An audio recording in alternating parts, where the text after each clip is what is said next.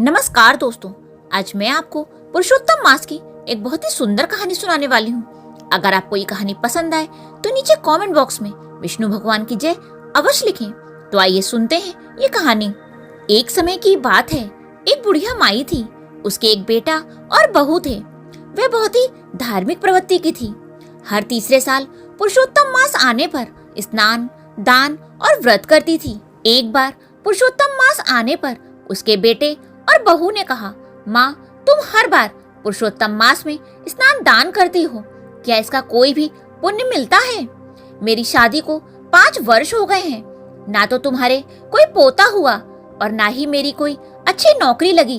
यह सुनकर बुढ़ी अम्मा बोली, अब मैं पुरुषोत्तम भगवान से मिलकर पूछूंगी कि मेरे स्नान धर्म का पुण्य कब मिलेगा, और मैं घर तभी वापस लौटूंगी जब मुझे इसका पुण्य मिल जाएगा।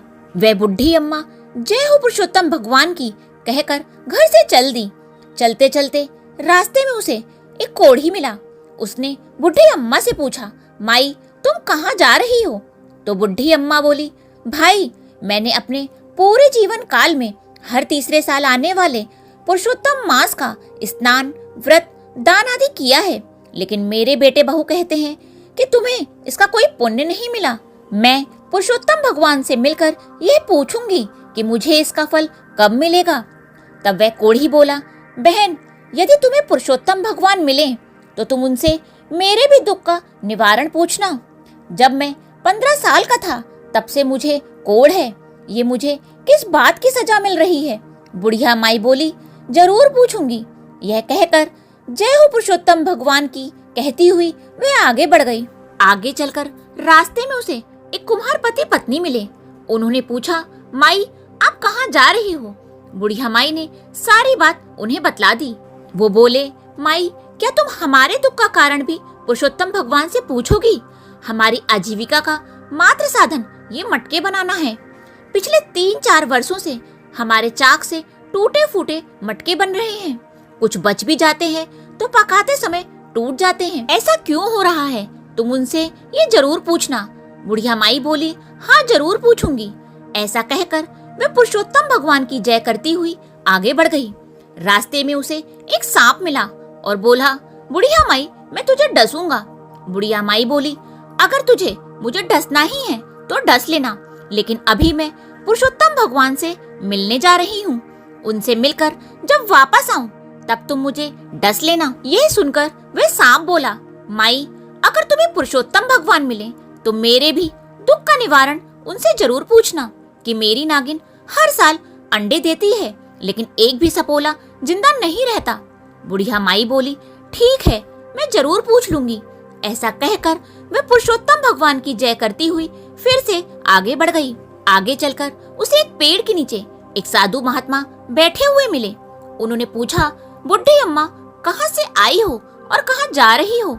तब उसने अपने बेटे बहू के दिए हुए तानों की सारी बात साधु को बतला दी। तब वह महात्मा बोले, बुढ़िया माई, क्या भगवान ऐसे ही मिल जाते हैं? और अगर मिलेंगे तो तुम उन्हें पहचानोगी कैसे? बुढ़िया माई बोली, मैं उन्हें पहचान लूंगी। ऐसा कहकर बुढ़िया माई ने उन साधु महात्मा को प्रणाम किया और बोली, जय हो पुरुषोत्तम भगवान की। तब पुरुषोत्तम भगवान ने उसे साक्षात दर्शन दिए और पूछा कि तुम्हें क्या चाहिए? वह बुढ़िया माई बोली, मुझे आपके दर्शन होते ही सब कुछ मिल गया, अब मुझे कुछ भी नहीं चाहिए। पुरुषोत्तम भगवान बोले, जा, तेरा कल्याण हो। अब बुढ़िया माई रास्ते में मिले सभी दुखियारों के दुखों का निवारण पूछने लगी। सबसे पहले बुढ़िया ने कोढ़ी के लिए पूछा तो भगवान बोले, बुढ़िया माई, वो अपने पिछले जन्म के कर्मों का फल भोग रहा है। पिछले जन्म में वो एक राजा था और वो अपने राज्य के लोगों को बिना अपराध के ही दंड देता था। उसे उनकी हाय लगी है।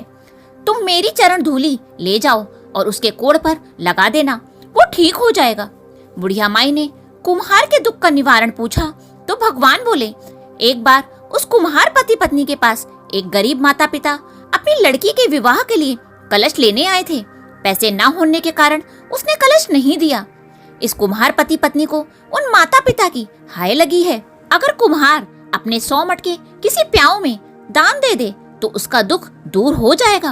अब बुढ़िया माई ने नाग नागिन के दुख का निवारण पूछा तो भगवान बोले कि नागिन ने एक बार एक गर्भवती स्त्री को डस लिया था, जिससे वह गर्भवती स्त्री अपने गर्भ में पल रहे बच्चे के साथ मर गई।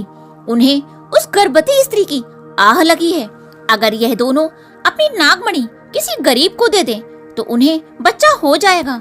यह सुनकर बुढ़िया माई ने भगवान को प्रणाम किया तो भगवान पुरुषोत्तम अंतर ध्यान हो गए। अब बुढ़िया माई ने भगवान के चरणों की धूली अपनी साड़ी के पल्लू में बांध ली और सबसे पहले उस सांप से मिली। बुढ़िया माई को देखते ही सांप बोला, क्या हुआ माई, क्या तुम्हें भगवान के दर्शन हुए? बुढ़िया माई बोली, हाँ मुझे दर्शन हो गए। तो सांप बोला, क्या तुमने मेरे दुख का निवारण पूछा? तो बुढ़िया माई ने सारी बात सांप को बता दी। तब सांप बोला, बुढ़िया माई, मैं कोई गरीब व्यक्ति कहाँ से लाऊंगा? मेरे पास डर के मारे कोई नहीं आता। मेरी अमृतमणि तुम ही ले जाओ। सांप ने वो अमृतमणि बुढ़िया माई को दे दी। अमृतमणि लेकर बुढ़िया माई अपने घर की ओर आगे बढ़ी। आगे चली तो उसे कुम्हार पति पत्नी मिले तो वो बोले, बुढ़िया माई, क्या तुम्हें भगवान मिले? क्या तुमने हमारे दुख का निवारण पूछा? तो बुढ़िया माई ने कहा, हाँ मुझे भगवान के दर्शन भी हो गए और मैंने तुम्हारे दुख का निवारण भी पूछ लिया। ऐसा कहकर उसने सारी बात कुम्हार पति पत्नी को बता दी। वो बोले, हम आज ही 100 मटके एक प्याऊ में दान कर देंगे। अब बुढ़िया माई आगे चली तो उसे वह कोढ़ी मिला। कोढ़ी बुढ़िया माई से पूछने लगा, क्या हुआ बहन, तुम्हें भगवान मिले? तो बुढ़िया माई बोली, हाँ मुझे भगवान मिले और मैंने तुम्हारे कोढ़ का निवारण भी पूछ लिया। यह तुम्हारे पूर्व जन्म के कर्मों का फल है जो तुम भोग रहे हो। बुढ़िया माई ने भगवान के चरणों की धूली कोढ़ी के शरीर पर लगा दी तो वह ठीक हो गया। कोढ़ी ने बुढ़िया माई को खूब सारी धन दौलत दी। बुढ़िया माई बहुत सारा धन और अमृतमणि लेकर अपने घर पहुंची तो उसने देखा कि उसका घर एक सुंदर मकान में बदल गया है। घर में अन्न धन के भंडार भर गए हैं। बेटा बहू ने माँ को देखा तो दोनों बहुत खुश हुए। बेटा बोला, माँ मुझे बहुत अच्छी नौकरी मिल गई है और तुम्हारी बहू भी पुरुषोत्तम भगवान की कृपा से गर्भवती है। बेटे बहू ने भगवान के चरणों की धूली अपने माथे पर लगा ली और सब मिलकर पुरुषोत्तम भगवान की जय जयकार करने लगे। बोलो पुरुषोत्तम भगवान की जय, बोलो विष्णु भगवान की जय।